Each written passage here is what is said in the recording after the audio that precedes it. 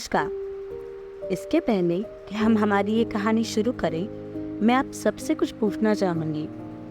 हम सबका एक नाम होता है जो अक्सर हमारे माता पिता हमारे लिए चुनते हैं, जो आगे जाकर हमारी मूल पहचान बनता है। मगर क्या आप जानते हैं कि ये एक नाम कितना पावरफुल होता है? ये नाम ही है जो एक व्यक्ति की पर्सनैलिटी, उसके थॉट्स, यहाँ तक कि उसके भविष्य पर भी अपना गहरा प्रभाव रखता है। कितनी इन्फ्लुएंस होता है हमारे इस एक नाम का हमारे जीवन में, जानते हैं इस कहानी से। तो चलिए साथ में समझते हैं द पावर ऑफ नेम। अध्याय 2, निमंत्रण। वीरभद्र सिंह जाने माने नेता थे। एरिया में बड़ी धाक थी उनकी। लगातार 3 बार से विधायक बनते आ रहे थे। क्षेत्र का कोई भी काम हो बिना वीरभद्र के संभव नहीं था। सत्ता पक्ष के विधायक होने से शासन और प्रशासन में गहरी पकड़ थी। बड़े से बड़ा अफसर आए और मजाल है कि वीरभद्र से बिना मिले चला जाए। यूं तो जिले में 3 विधायक थे, पर चलती वीरभद्र की ही थी। कलेक्टर, एसपी गाहे बगाहे वीरभद्र की ड्यूटी पर ही खड़े रहते थे। जिला मुख्यालय से 20 किलोमीटर दूर पैतृक गांव में ही बड़ी हवेली में रहता था वीरभद्र का परिवार। कहने को तो शहर में रह सकते थे, पर उन्होंने गांव को ही अपनी कर्म भूमि माना।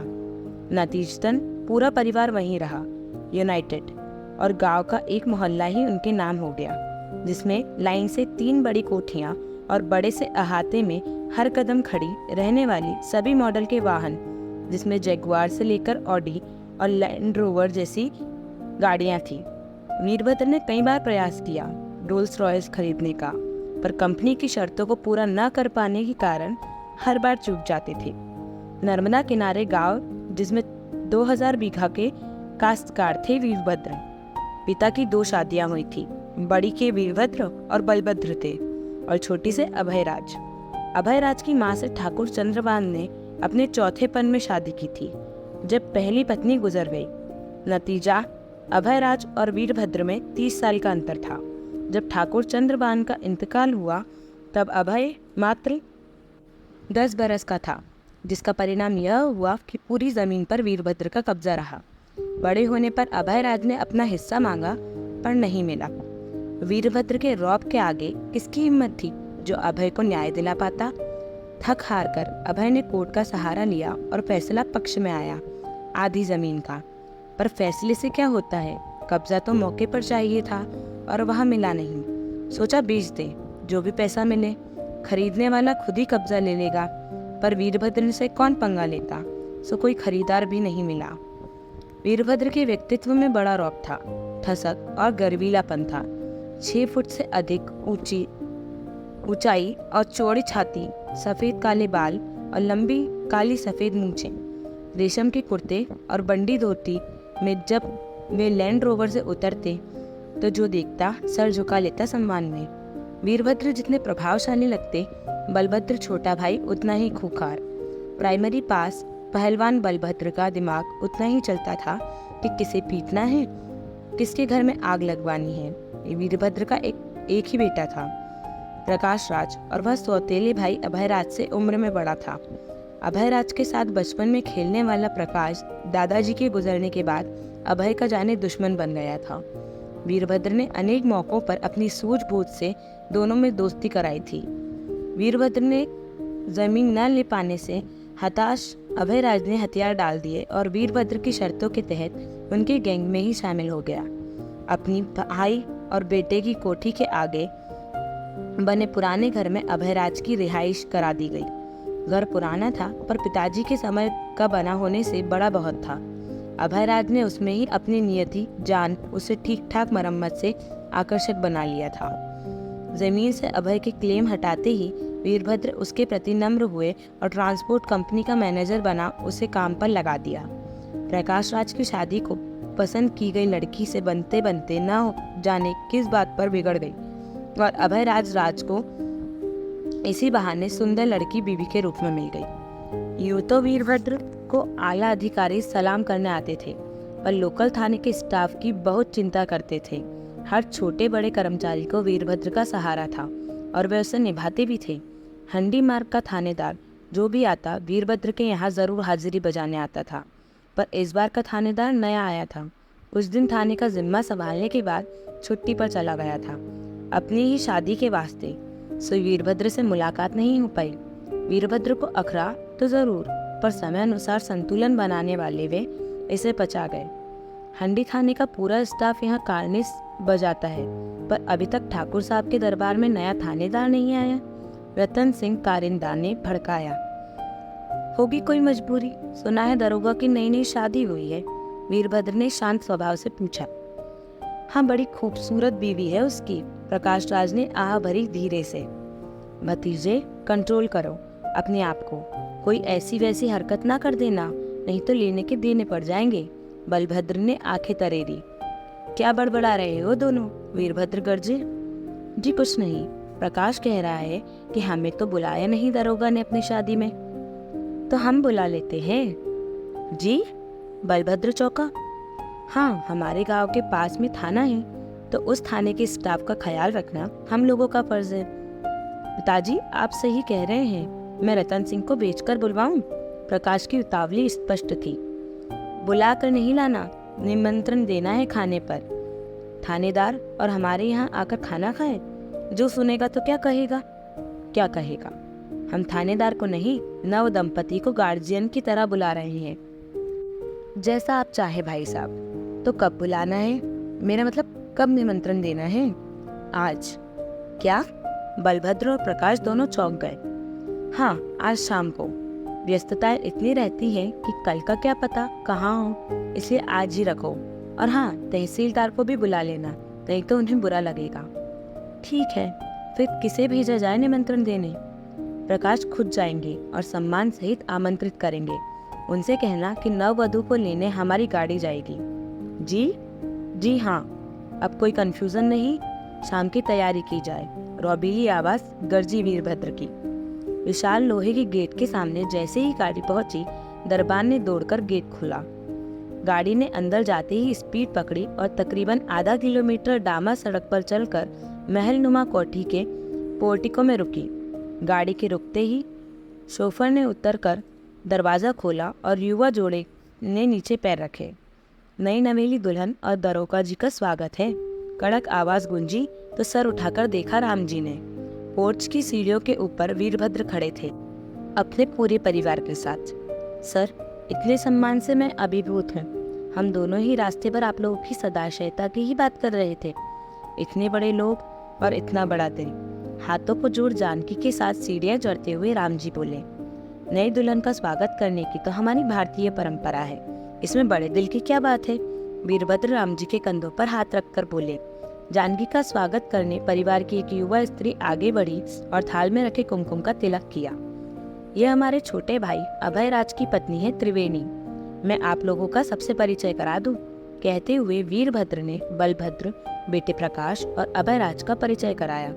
अभी नवदंपति से परिचय चल ही रहा था कि एक और गाड़ी आकर रुकी। आइए तहसीलदार साहब।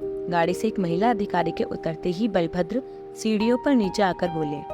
तहसीलदार रचना मालवीय ने सभी का अभिवादन किया। चलिए अंदर चलते हैं। कहते हुए वीरभद्र आगे चले तो सभी साथ हो लिए। अंदर बैठक कक्ष में सबको बिठाया गया। विशाल कक्ष किसी दीवाने हाल से कम न था। नीचे महंगा कालीन और छत पर उससे भी ज्यादा महंगे झाड़ पानूस। तरह तरह के एंटीक आइटम यहाँ वहाँ करीने से सजाए गए थे। महंगे सोफे और सेट्टी हॉल के बीचों बीच थे, जिन पर मेहमानों को बैठाने के बाद वीरभद्र के परिवार ने जगह ली। सफेद ड्रेस में बैरा वेलकम ड्रिंक लिए पहले से मौजूद थे। आप लोगों का तो आपस में परिचय होगा। वीरभद्र राम जी और रचना की ओर मुखातिब होकर बोले। हाँ थानेदार साहब से तो है, हम लोगों ने एक साथ कई सर्चिंग की थी। शादी पर छुट्टी में जाने के बाद आज ही मुलाकात हो रही है, पर यह अच्छा है कि इस बहाने भाभी जी से भी मिलना हो गया। तहसीलदार रचना जानकी की ओर देखकर बोली। मुझे भी आपसे मिलकर अच्छा लग रहा है। तोमर साहब अक्सर आपकी आध्यात्मिकता के बारे में बताते रहते हैं। जानकी ने पहला वाक्य बोला। आध्यात्मिक तो पूरी हैं, तभी तो यहाँ काम कर रही हैं और इस छोटी सी जगह पर रहती भी हैं। बलभद्र ने जोड़ा। मुझे तो माँ नर्मदा के पास रहना अपना भाग्य लगता है। बस माई की सेवा होती रहे, क्षेत्र में शांति सुकून रहे, इसी में मन लगता है। नर्मदा तट पर जितने मेले लगते हैं, आप पूरे समय कानून व्यवस्था अपने हाथ में लिए वहीं डटी रहती हैं और तो और पूरे स्टाफ का ख्याल रखती हैं। पुलिस महकमा तो इतना मुरीद है। राम जी ने जोड़ा, हम क्या किसका ख्याल रखेंगे, वह तो नर्मदा माई है जो सबका सोचती हैं। पर हाँ, माई का ख्याल हमें ज़रूर रखना चाहिए, जिसमें कभी कभी बड़ी पीड़ा होती है। कैसी पीड़ा? वीरभद्र चौके।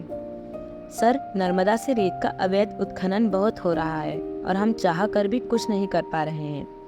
अवैध उत्खनन? इस बार राम जी उत्तेजित थे। हमारे क्षेत्र में अवैध उत्खनन?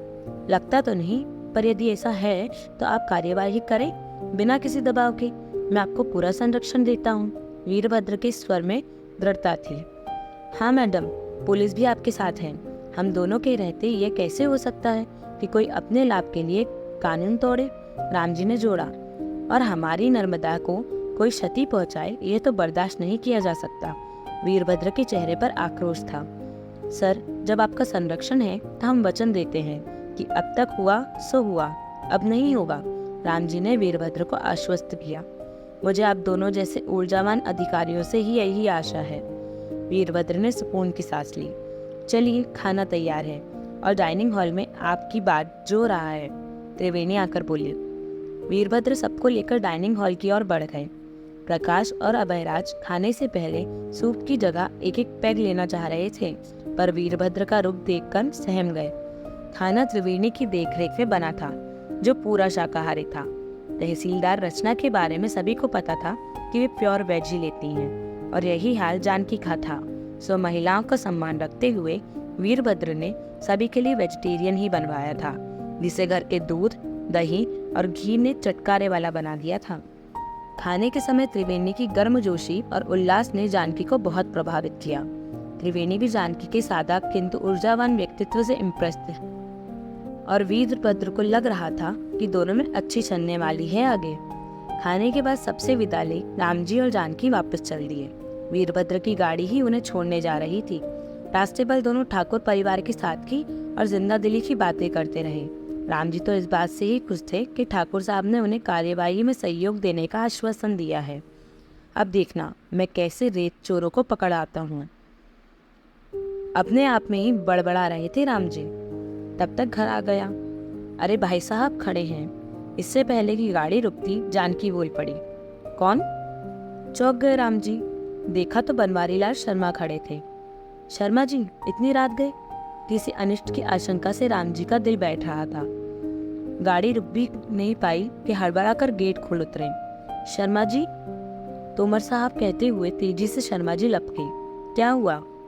समीर की माँ की हालत बहुत चिंताजनक है। राजबरारी से शाम से लड़का आया हुआ है।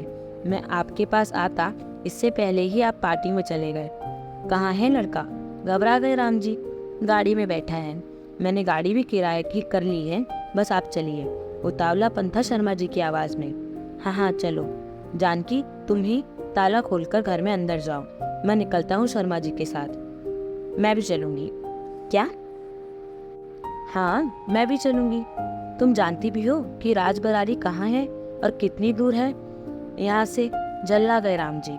हाँ, जानकी जिद नहीं करते। वो जंगल में 70 किलोमीटर दूर उबड़ खाबड़ रास्ते पर चलना होगा। तुम यहीं रुको। शर्मा जी जानकी को छोटी बहन मानते थे, इसलिए हक से बोल दिया। और कोई अवसर होता तो जानकी चू भी नहीं बोलती, पर न जाने आज क्या हुआ कि जिद पर अड़ गई। भाई साहब, मैं भी चलूंगी। चलो फिर देर ना करो, राम जी बोले और तीनों गाड़ी में बैठ लिए। इसीलिए हमारी इस रोचक कहानी को यही रोकते हैं। मिलेंगे नेक्स्ट एपिसोड में। तब तक के लिए हमारे साथ बने रहने के लिए चैनल को सब्सक्राइब करें, वीडियो को लाइक करें एंड शेयर करें। और हाँ, कमेंट सेक्शन में हमारे साथ अपने नाम का मीनिंग व उसके आपकी लाइफ में प्रभाव को भी शेयर करें।